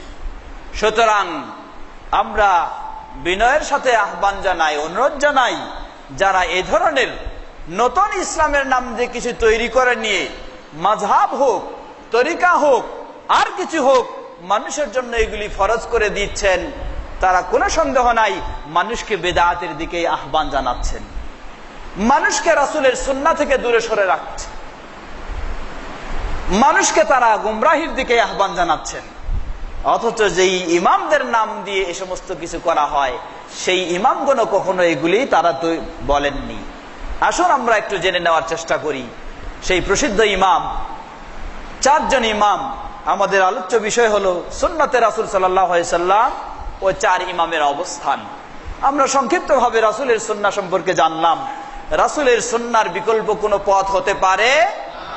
আমি যদি দুনিয়াতে বলি যে আমি মুসলিম হব, মুমিন হব, আমার জন্য অপরিহার্য কর্তব্য রাসূলের সুন্নাহকে আঁকড়ে ধরতে হবে। আমি যদি আখিরাতে জান্নাত পেতে চাই, আমার জন্য অপরিহার্য কর্তব্য আমাকে রাসূলের সুন্নাহ আঁকড়ে ধরতে হবে। আমি যদি জাহান্নাম থেকে বাঁচতে চাই, আমার জন্য সবচেয়ে বড় ফরজ হলো রাসূলের সুন্নাহকে আঁকড়ে ধরতে হবে। আর এই সুন্নাহকে অবশ্যই কি করতে হবে? কেউ খালি আসে বললেই হবে না, বরং সুন্নাহকে একটু যাচাই বাছাই করে নিতে হবে, আসলেই সেটি বিশুদ্ধ কিনা, সেটি সঠিক কিনা, রাসূল সাল্লাল্লাহু আলাইহি সাল্লামের সত্যিই সুন্নাহ কিনা, না শুধু রাসূল সাল্লাল্লাহু আলাইহি সাল্লামের নাম দিয়েই চালানো হচ্ছে। এটা আবার আরেকটি বড় ধরনের ধোঁকা। আসুন আমরা এখন 4 জন প্রসিদ্ধ ইমাম, ইমাম আবু হানিফা রাহিমাহুল্লাহ, ইমাম মালিক রাহিমাহুল্লাহ, ইমাম শাফিঈ, ইমাম আহমদ বিন হাম্বল রাহিমাহুল্লাহ, তাদের যুগ হলো 80 হিজরিতে শুরু করে 241 হিজরি। 80 হিজরি থেকে শুরু করে 241 হিজরি 4 জন ইমাম এই সময়ের মাঝেই ছিলেন আগে পিছে, এবং এই সময়ে তারা বিদায় নিয়ে চলে গেছেন। ইমাম আবু হানিফা রাহিমাহুল্লাহ জন্ম 80 হিজরিতে, মৃত্যু 150 হিজরিতে। ইমাম মালিক রাহিমাহুল্লাহ জন্ম 93 হিজরিতে, মৃত্যু 179 হিজরিতে। ইমাম শাফিঈ রাহিমাহুল্লাহ জন্ম 150 হিজরিতে, মৃত্যু 204 হিজরিতে। ইমাম আহমদ বিন হাম্বল রাহিমাহুল্লাহ জন্ম 164 হিজরিতে, 164 হিজরিতে, মৃত্যু 241 হিজরিতে। এই সময়ের মাঝেই 4 জন প্রসিদ্ধ ইমাম তারা এসেছেন এবং বিদায় নিয়ে চলে গেছেন। আমরা সব সময় প্রতিটি মুসলিমের জন্য কর্তব্য হলো এই প্রসিদ্ধ ইমাম 4 জন, আরো যারা রয়েছেন, তারা ইসলামে যে অবদান রেখেছেন সেই অবদানের জন্য সব সময় তাদেরকে শ্রদ্ধার সাথে স্মরণ করতে হবে এবং তাদের জন্য দোয়া করতে হবে। এটি প্রতিটি মুমিনের একটি ঈমানি দায়িত্ব। আল্লাহ রাব্বুল আলামিন সেই 4 জন প্রসিদ্ধ ইমাম, আরো যারা এই ধরনের ইমাম রয়েছেন, আল্লাহ রাব্বুল আলামিন সেই সকল ইমামদেরকে জাযায়ে খায়র দান করুন, তাদেরকে জান্নাতুল ফেরদাউস নসিব করুন। আমরা সব সময় সেই ইমামদের প্রতি শ্রদ্ধার সাথেই তাদের বিষয়েও কথা বলবো। আমাদের কেউ কেউ দেখা যায় তার জ্ঞানের স্বল্পতার জন্যই হোক বা অতি আবেগের কারণে হোক, এ ধরনের ইমামদের বা ব্যক্তিদেরকে কেন্দ্র করে কিছু কথা বলার সময় অশালীন কিছু ভাষাও ব্যবহার করে থাকে, অমার্জিতভাবে কথা বলে থাকে। এটি কখনো কোনো মুসলিমের জন্য শোভা পায় না। আলহামদুলিল্লাহ, তাদের যে অবদান, সেই অবদান এত সহজ নয়। অতএব আমরা তাদেরকে শ্রদ্ধার সাথে স্মরণ করব এবং তাদের আসল কথাগুলিকে আমরা তুলে ধরার চেষ্টা করব। তারা যেভাবে মুসলিম উম্মাহকে দিক নির্দেশনা দিয়েছেন, সেভাবে আমরা তাদের কথাগুলি মানুষের কাছে পৌঁছে দেওয়ার চেষ্টা করব। আসুন, আফসোসের সাথে বলতে হয়, ইমাম আবু হানিফা রাহিমাহুল্লাহর নাম দিয়ে আজকে অনেক কিছু ছড়ানো হয়। ইমাম শাফিও একই, ইমাম মালিকও একই, ইমাম আহমদ বিন হাম্বল রাহিমাহুল্লাহ একই, তাদের নাম দিয়ে অনেক ছড়ানো হয়। সবচেয়ে বেশি অবাস্তব কথা ও কাজ ছড়ানো হয় ইমাম আবু হানিফা রাহিমাহুল্লাহর নাম দিয়ে। তারপর তুলনামূলক তিনি হলেন ইমাম মালিক রাহিমাহুল্লাহ, তারপর ইমাম শাফি রাহিমাহুল্লাহ, সবচেয়ে তুলনামূলক কম হলো ইমাম আহমদ বিন হাম্বল রাহিমাহুল্লাহ। এর কারণ কি? এর একটা বাস্তব কারণ রয়েছে। বাস্তব কারণ হলো এই, সেই প্রসিদ্ধ 4 জন ইমাম, তাদের মাঝে হাদিসের ক্ষেত্রে সবচেয়ে বড় যাদের যত বেশি অবদান, বাস্তব অবদান রয়েছে, তাকে কেন্দ্র করে তত বেশি কথা বলার সুযোগ হয় নাই। ইমাম আহমদ বিন হাম্বল রাহিমাহুল্লাহ তার সংকলিত হাদিসের গ্রন্থ মুসনাদ ইমাম আহমদ, যেখানে 25,000 হাদিসের সমাবেশ, যে কিতাবে, যার কারণে ইমাম আহমদ বিন হাম্বল রাহিমাহুল্লাহর নাম দিয়ে বেশি কিছু আর ছড়ানোর সুযোগ হয় নাই। ইমাম আহমদ বিন হাম্বলের পরেই ইমাম শাফি রাহিমাহুল্লাহর তুলনামূলক হাদিসের ক্ষেত্রে বেশি বর্ণনা রয়েছে। তাই ইমাম শাফি রাহিমাহুল্লাহর ব্যাপারেও তার নাম দিয়েও অত বেশি তুলনামূলক ছড়ানোর সুযোগ হয়নি। ইমাম শাফির পরেই হাদিসের বাস্তব কিতাব যেটি রয়েছে ইমাম মালিক রাহিমাহুল্লাহ, তাই ইমাম মালিক রাহিমাহুল্লাহরও তুলনামূলকভাবে বেশি কথা বলার সুযোগ হয়নি। ইমাম আহমদ বিন হাম্বল রাহিমাহুল্লাহর পরে ইমাম আবু হানিফা রাহিমাহুল্লাহর হাদিসের ক্ষেত্রে বাস্তব অবদান রয়েছে। অর্থাৎ হাদিসের ক্ষেত্রে বাস্তব অবদান সবচেয়ে কম ইমাম আবু হানিফা রাহিমাহুল্লাহর। এটা বলে আমরা কখনো ইমাম আবু হানিফা রাহিমাহুল্লাহকে ছোট করছি না, বরং যে বিষয়টা বলতে চাচ্ছি তা হলো, ইমাম আবু হানিফা রাহিমাহুল্লাহর যদি ইমাম আহমদ বিন হাম্বল রাহিমাহুল্লাহর মতো 25,000 হাদিসের কোন গ্রন্থ থাকতো, তাহলে মানুষেরা ইমাম আবু হানিফা রাহিমাহুল্লাহর নাম দিয়ে বিভিন্ন কিছু ছড়ানোর সুযোগ পেত না। তার কিতাবের উপরেই নির্ভর করত, তার সংকলিত হাদিসের কিতাবের উপরেই। কিন্তু যেহেতু ইমাম আবু হানিফা রাহিমাহুল্লাহর মুসনাদে ইমাম আবু হানিফা রাহিমাহুল্লাহ বলে একটি বলা হয়, সেখানে সীমিত কিছু হাদিস, তো এই ক্ষেত্রে কম হওয়ার কারণে ইমাম আবু হানিফা রাহিমাহুল্লাহর ব্যাপারে তার নাম দিয়ে যত রকমের যার মন চায় সেভাবে বর্ণনা করা হয়। এমনকি প্রসিদ্ধ ইমামদের ফজিলত বর্ণনা করার ক্ষেত্রেও এমন অবাস্তব কথাগুলি বর্ণনা করা হয় যেটি কখনো সেই ইমামদের জন্য শোভা পায় না। উদাহরণস্বরূপ, ইমাম আবু হানিফা রাহিমাহুল্লাহর ফজিলত বর্ণনা করতে গিয়ে বলা হয় যে তিনি একাধারে এশার ওযু দিয়ে ফজরের সালাত আদায় করেছেন কত বছর? 40 বছর। এটি একটি অবাস্তব কথা ছাড়া আর কিছুই নয়। এজন্য ইমাম ফিরোজাবাদী এবং আপনার আব্দুল হাই লখনবী রাহিমাহুল্লাহ, তারা এই কথাটা কঠোরভাবে প্রতিবাদ করেছেন। কেন প্রতিবাদ করেছেন কঠোরভাবে? যদি কেউ বলে যে ইমাম আবু হানিফা রাহিমাহুল্লাহ একাধারে 40 বছর এশার ওযু দিয়ে তিনি ফজর আদায় করেছেন, তাহলে কয়েকটা দুর্বলতা তার প্রমাণিত হয়ে যায়। প্রথম দুর্বলতা, উত্তম হলো প্রতি ওযুর জন্য কি করা, প্রতি সালাতের জন্য ওযু করে সালাত আদায় করা, সেটা উত্তম, সহিহ হাদিসে প্রমাণিত। তাহলে ইমাম আবু হানিফা রাহিমাহুল্লাহ 40 বছর তিনি ফজরের সালাত আদায় করেছেন বাসি ওযু দিয়ে, টাটকা ওযু দিয়ে নয়। তাহলে এটা ইমাম আবু হানিফা রাহিমাহুল্লাহর জন্য প্রশংসার কথা নয়। ইমাম আবু হানিফা রাহিমাহুল্লাহ যদি 40 বছর এশা থেকে ফজর পড়ে থাকেন, রাসূল সাল্লাল্লাহু আলাইহি সাল্লাম কঠোরভাবে নিষেধ করেছেন সারা রাত্রি জেগে থাকতে, এবং সারা রাত্রি জেগে জেগে কেউ যদি সালাত আদায় করতে চায়, রাসূল সাল্লাল্লাহু আলাইহি সাল্লাম সাহাবীকে কঠিন প্রতিবাদ করলেন। যেই সাহাবী প্রতিজ্ঞা করেছিলেন যে আমার জীবনে আমি আর কখনো রাত্রিতে ঘুমাবো না, সারা রাত্রি আমি ইবাদত করে কাটাবো, সেই সাহাবীকে কঠিন ভাবে প্রতিবাদ করলেন রাসূল সাল্লাম, এবং তাকে বললেন যে এটাই হলো আমার সুন্নত, রাত্রির কিছু অংশ ঘুমাতে হবে, কিছু অংশ ইবাদত করতে হবে, আমার এই সুন্নাহ যে বর্জন করবে সে আমার মধ্যে নয়। এটা সাহাবীকে প্রতিবাদ করে বললেন রাসূল সাল্লাম। তাহলে রাসূলের সুন্নাহ অনুযায়ী বোঝা যায় সারা রাত্রি জেগে জেগে ইবাদত করা জায়েজ নেই। রমজানের শেষ দশকের বিষয়টি ভিন্ন বিষয়, এছাড়া গোটা বছরের সারা রাত্রি আপনি জেগে জেগে সারা রাত্রি ঘুম নষ্ট করে জাগবেন, এটি জায়েজ নেই। তাহলে ইমাম আবু হানিফা রাহিমাহুল্লাহর ফজিলত বর্ণনা করতে গিয়ে তার কাছে একটি নাজায়েজ কাজ আমরা তাকে জড়িয়ে দিলাম, এটি কখনোই সঠিক নয়। এমনই ভাবে আরো অনেক বিষয়, ইমাম আবু হানিফা রাহিমাহুল্লাহ যদি তিনি 40 বছর ধরে রাত্রি জাগেন, রাত্রি না ঘুমান, কারণ ঘুমালে ওযু ভঙ্গ হয়ে যায়, গভীর ঘুমে গেলে এটা একটি ওযু ভঙ্গের কারণ, তাহলে নিশ্চয়ই তিনি ফজর থেকে এশা থেকে ফজর পর্যন্ত 40 বছর ঘুমান নাই, রাত্রে ঘুমান নাই। আর যেই ব্যক্তি রাত্রে ঘুমাবেন না তাকে অবশ্যই সারাদিন ঘুমাইতে হবে, সারাদিন না হলেও অর্ধদিন ঘুমাইতে হবে।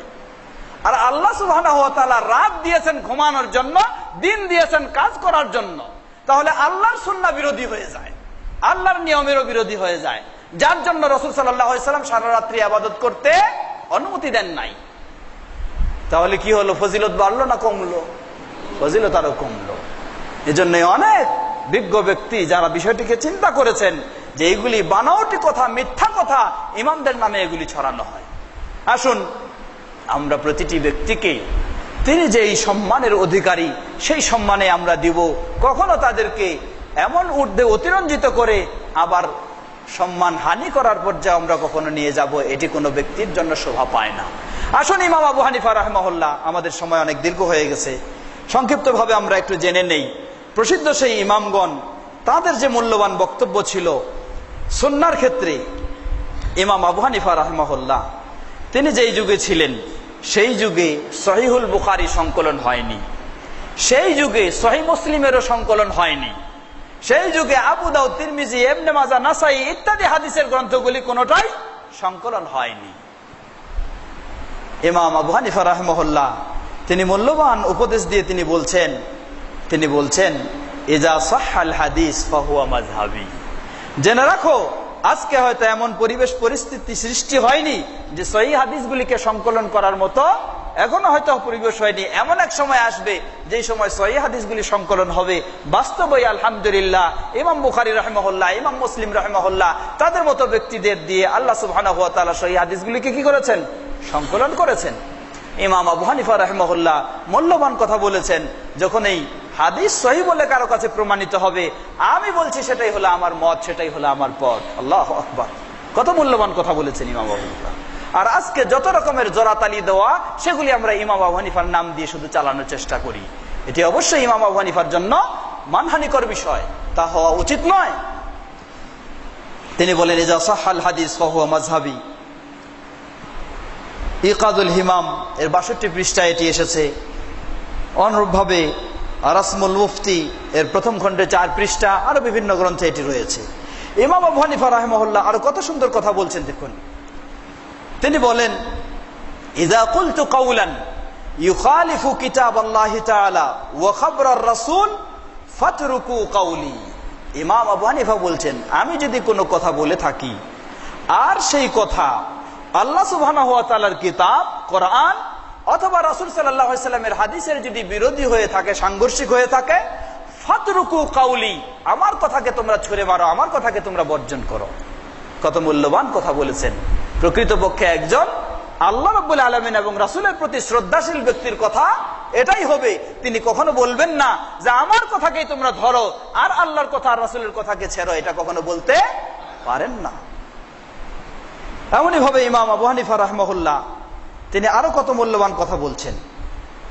তিনি বলছেন, ইয়াকুম ওয়াল কাওলা ফি দীনিল্লাহি বিররাই ওয়া আলাইকুম বিইত্তিবাইস সুন্নাহ ফামান খারাজা আনহা দাল্লা। তিনি বলছেন, ইয়াকুম ওয়াল কাওলা ফি দীনিল্লাহি বিররাই, আমি তোমাদেরকে সতর্ক সাবধান করছি, আল্লাহর দ্বীনের ব্যাপারে কোন রকমের মন গড়া কথা বলো না। আল্লাহর দ্বীনের ব্যাপারে কোনো মন গড়া কথা বলো না।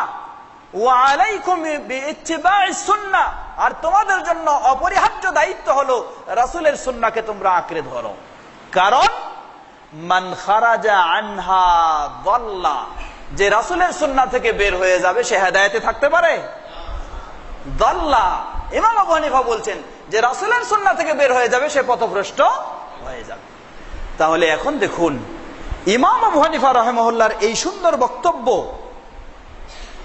যে বক্তব্য বহু গ্রন্থে এসেছে, তার মাঝে মিজানুল কুবরা এর প্রথম খণ্ডের 9 পৃষ্ঠায় এই বক্তব্যটি এসেছে, আরো অনেক গ্রন্থে রয়েছে। যেই ইমাম আবু হানিফা বললেন যদি কেউ রাসূলের সুন্নাহ থেকে বের হয়ে যায় সে কি হবে? পথভ্রষ্ট হয়ে যাবে, অর্থাৎ রাসূলের সুন্নাহকে বাদ দিয়ে অন্য কিছু মানবে। এখন যারা আমরা বলি যে এই হাদিস আমাদের মাযহাবে নাই, সহিহ বুখারীর হোক সহিহ মুসলিমের হোক, সেই রাসূলের সুন্নাহকে আমরা বাদ দিয়ে সরে যাই, ইমাম আবু হানিফা রাহিমাহুল্লাহর এই বক্তব্য অনুযায়ী তার অবস্থাটা কোথায়?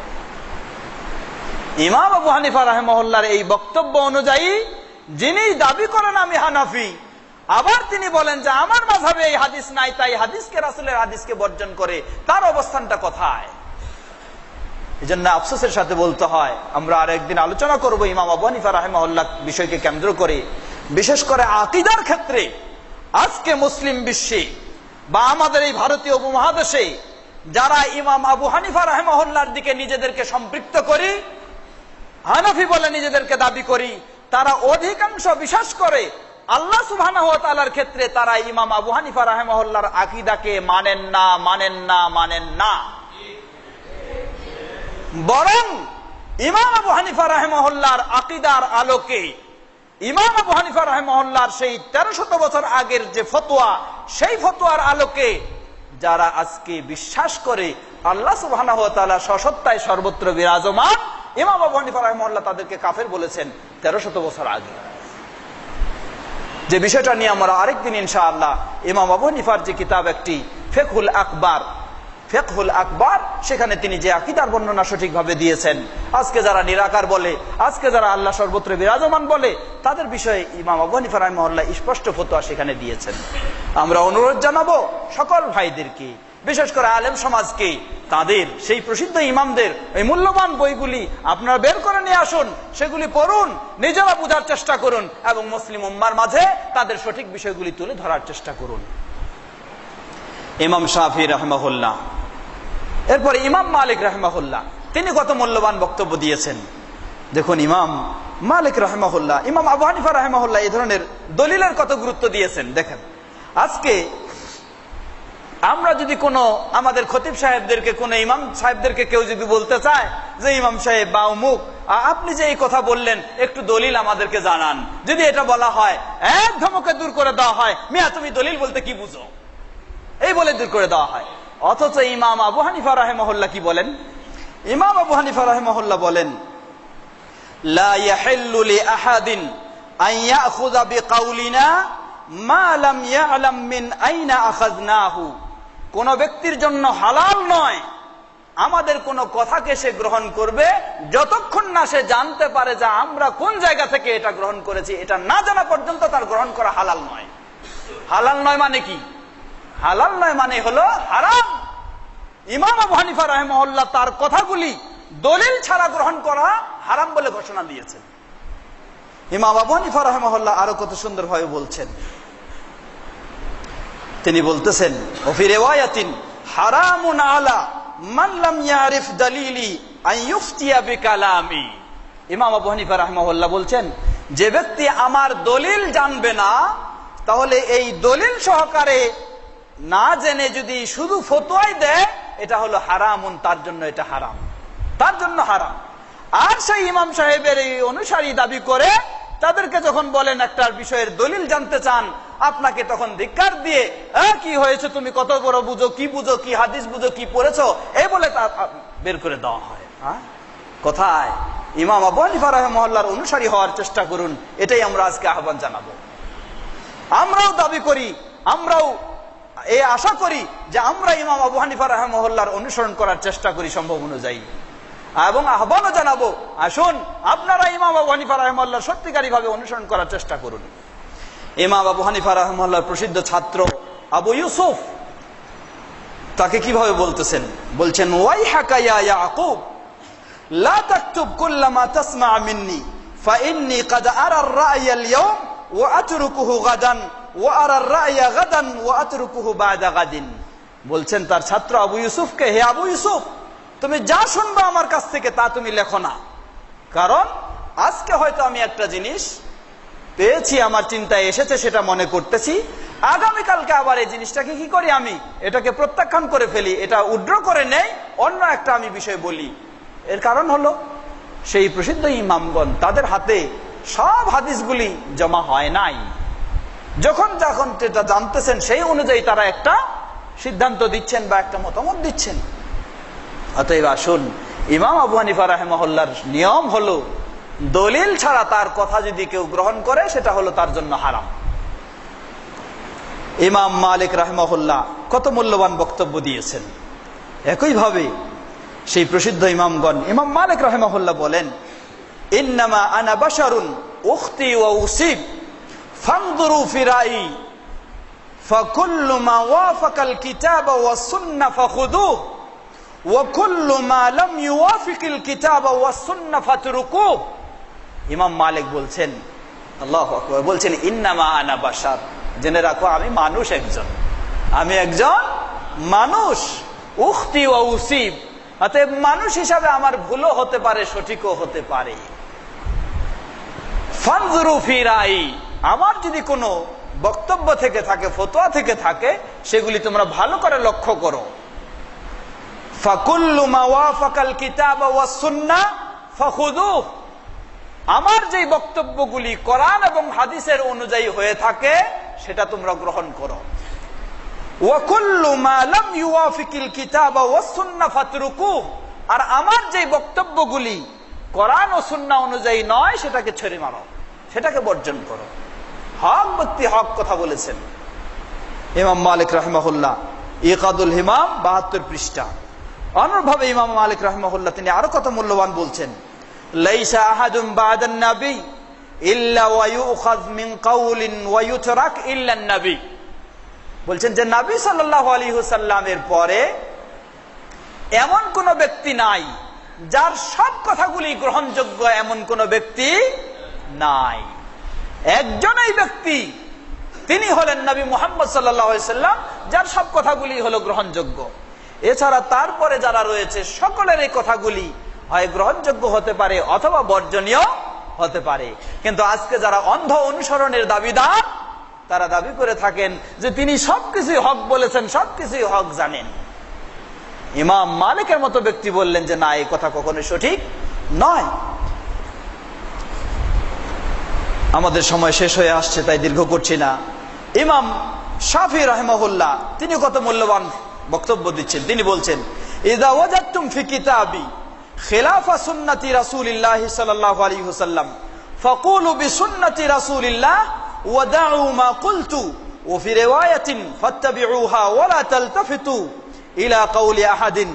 ইমাম মালিক রাহিমাহুল্লাহ, ইমাম শাফি বলছেন, আমার বই পুস্তক যেগুলি আমি সংকলন করেছি, যদি আমার বই পুস্তকে রাসূলের হাদিসের বিরোধী তোমরা কোনো কিছু কথা পেয়ে থাকো, তাহলে ফাকুলু বিসুন্নতি রাসূলিল্লাহ, রাসূলের সুন্নাহ অনুযায়ী তোমরা বলো, আর আমার কথা যা পেয়েছো সেটাকে তোমরা ছেড়ে দাও, সেটাকে তোমরা বর্জন করো। অন্য বর্ণনায় বলতেছেন ফাত্তাবিউহা, রাসূলের সুন্নাহকে তোমরা গ্রহণ করো, আর কোন ব্যক্তি কি বলেছেন সেটার দিকে তোমরা দৃষ্টি দিও না। ইমাম মালিক, এমনই ভাবে ইমাম শাফি রাহিমাহুল্লাহ আরো তিনি বলতেছেন, কুল্লু মা কুলতু ফাকানা আনিন নবী সাল্লাল্লাহু আলাইহি ওয়াসাল্লাম খিলাফা কওলি মিম্মা ইয়াসিহু ফাহাদিসুন নবী সাল্লাল্লাহু আলাইহি ওয়াসাল্লাম আউলা ফালা তুকাল্লিদুনি। আমি যা কিছু বলেছি যদি এর বিপরীত রাসূল সাল্লাল্লাহু আলাইহি ওয়াসাল্লামের কথা পাওয়া যায় তাহলে রাসূলের কথাকেই গ্রহণ করতে হবে যদি সহিভাবে প্রমাণিত হয়, আর তোমরা কোনো ব্যক্তির অন্ধ অনুসরণ করো না। এমনই ভাবে ইমাম আহমদ বিন হাম্বল রাহিমাহুল্লাহ তিনিও কত মূল্যবান কথা বলতেছেন। তিনি বলছেন, রায়ু আল আউজাঈ ওয়া রায়ু মালিক ওয়া রায়ু আবি হানিফা কুল্লুহু রায়ুন ওয়া হুয়া ইনদি সাওয়াউন ওয়া ইন্নামাল হুজ্জাতু ফিল আসার। ইমাম আহমদ বিন হাম্বল বলছেন যে ইমাম আউজাঈর যেটা বক্তব্য বা ইমাম মালিকের যেটা বক্তব্য বা ইমাম আবু হানিফার যেটা বক্তব্য, নিজস্ব বক্তব্য যেগুলি সবগুলি সমান, কোন ব্যক্তি হিসাবে কোনটা প্রাধান্য পায় না। ওয়া হুয়া ইনদি সাওয়া, আর আমার কাছে সবগুলি আমি সমান মনে করি। ওয়া ইন্নামাল হুজ্জাতু ফিল আসার, শুধু দলিল আমি গ্রহণ করতে চাই বা গ্রহণ করা যাবে কোথায়? ফিল আসার, রাসূলের হাদিসেই হলো শুধু দলিল, আর অন্য কোন ব্যক্তির কথা কখনো দলিল হতে পারে, কোন ইমামের কথা দলিল হতে পারে না। এমনই ভাবে ইমাম আহমদ বিন হাম্বল বলছেন, আযাবতু লিকাউমিন আরাফুল ইসনাদ ওয়া সিহহাতাহু ওয়া ইয়াযহাবুনা ইলা রাই সুফিয়ান ওয়া ইয়াকুলুল্লাহু আযজা ওয়া জাল্লা ফালইহযারিল্লাযীনা ইউখালিফুনা আন আমরি আন তুসিবাহুম ফিতনাতুন আও ইউসিবাহুম আযাবুন আলীম। ইমাম আহমদ বিন হাম্বল বলছেন যে আমার আশ্চর্য হয় ওই ব্যক্তিদের দিকে যারা রাসূলের হাদিস জানতেছে এবং এটাও জানতেছে যে রাসূলের এই হাদিসগুলি সহিহ, এরপরও সে চিন্তা করে যে অমুকে কি বলেছে তমুকে কি বলেছে সেদিক যেতে চায়। তার বিষয়টাই আমার কাছে খুবই আশ্চর্য মনে হয়, কারণ আল্লাহ সুবহানাহু ওয়া তাআলা বলেন, ফালইহযারিল্লাযীনা ইউখালিফুনা আন আমরিহি আন তুসিবাহুম ফিতনাতুন আও ইউসিবাহুম আযাবুন আলীম। তাদের সতর্ক সাবধান হয়ে যাওয়া উচিত, হুঁশিয়ার হয়ে যাওয়া উচিত যারা রাসূলের বিরোধিতা করে থাকে, অর্থাৎ রাসূলের হাদিস বর্জন করে অন্য কারো কথার দিকে যায়। আন তুসিবাহুম ফিতনাতুন, যে তাদেরকে ফিতনায় গ্রাস করবে, আও ইউসিবাহুম আযাবুন আলীম, অথবা তাদেরকে কঠিন যন্ত্রণাদায়ক শাস্তি তাদেরকে পেয়ে যাবে। সম্মানিত দিনী ভাইরা আমার, তাই আসুন কথা আর দীর্ঘ করছি না, আমরা শেষ করতে যাচ্ছি। এই ধরনের ইমামদের মূল্যবান বক্তব্যগুলি রেফারেন্স সহ আমি আমার এই বইয়ে তুলে ধরার চেষ্টা করেছি। আপনারা সেটি সংগ্রহ করতে পারলে আরো বিস্তারিত ভাবে সেগুলি জানার চেষ্টা করবেন। আল্লাহ রাব্বুল আলামিন সেভাবেই আমাদেরকে বিষয়গুলি ভালোভাবে জেনে শুনে রাসূলের সুন্নাহকে, কোরআন ও সুন্নাহকে সবকিছুর ঊর্ধ্বে প্রাধান্য দিয়ে আমাদেরকে সঠিকভাবে ইসলামের উপর থাকার তৌফিক দান করুন। সংক্ষিপ্তভাবে দুটি আয়াত বলেই কথা শেষ করব। একটি আয়াত, সেই আয়াতে আমরা দেখব যে আল্লাহ সুবহানাহু ওয়া তাআলা, তিনটি আয়াত, আল্লাহ সুবহানাহু ওয়া তাআলা আমাদেরকে কি নির্দেশ দিয়েছেন, কোন ব্যক্তির কথা শুনবো, কিভাবে ইসলাম পালন করব। আল্লাহ রাব্বুল আলামিন সূরা আরাফের 3 নম্বর আয়াতে বলেন, আল্লাহ বলেন, ইত্তাবিউ মা উনজিলা ইলাইকুম মির রাব্বিকুম ওয়ালা তাত্তাবিউ মিন দুনিহি আউলিয়া। ইত্তাবিউ মা উনজিলা ইলাইকুম মির রাব্বিকুম, তোমরা অনুসরণ করো ইসলাম পালনের ক্ষেত্রে মা উনজিলা ইলাইকুম মির রাব্বিকুম, তোমাদের রবের পক্ষ থেকে যা তোমাদের কাছে নাজিল হয়েছে সেটাই তোমরা ইসলাম পালনের জন্য অনুসরণ করো। ওয়ালা তাত্তাবিউ মিন দুনিহি আউলিয়া, সেটাকে বাদ দিয়ে অমুক ওলি কি বলেছেন, অমুক গাউস কি বলেছেন, অমুক ইমাম কি বলেছেন, অমুক কুতুব কি বলেছেন, সেগুলি তোমরা অনুসরণ করো না। আল্লাহু আকবার। আল্লাহ রাব্বুল আলামিন ক্লিয়ার করে দিয়েছেন, অমুক কি বললো, অমুক ইমাম, অমুক ওলি তলি, না, সেগুলি নয়। ইত্তাবিউ মা উনজিলা ইলাইকুম মির রাব্বিকুম, তোমাদের রবের পক্ষ থেকে যা নাজিল হয়েছে সেটা তোমরা অনুসরণ করো। এটা হলো কার নির্দেশ? আল্লাহর নির্দেশ। আর রবের পক্ষ থেকে নাজিল হয়েছে কয়টি বিষয়? দুটি বিষয়, একটি হলো কোরআন আর একটি হলো রাসূল সাল্লাল্লাহু আলাইহি সাল্লামের হাদিস, তবে সেই হাদিস অবশ্যই সহিহ হতে হবে। এ হলো আল্লাহর নির্দেশ। এখন আসুন, রাসূলের এই আল্লাহর নির্দেশ অনুযায়ী রাসূল যখন দাওয়াত দিলেন, রাসূল সাল্লাল্লাহু আলাইহি সাল্লাম, তখন সেই সময়ের যারা ইসলাম মানেনি তাদের অবস্থাটা কি ছিল? আল্লাহ রাব্বুল আলামিন তাদের অবস্থাও তুলে ধরেছেন। আল্লাহ বলছেন, وَإِذَا قِيلَ لَهُمُ اتَّبِعُوا مَا أَنزَلَ اللَّهُ قَالُوا بَلْ نَتَّبِعُ مَا أَلْفَيْنَا عَلَيْهِ آبَاءَنَا أَوَلَوْ كَانَ آبَاؤُهُمْ لَا يَعْقِلُونَ شَيْئًا وَلَا يَهْتَدُونَ।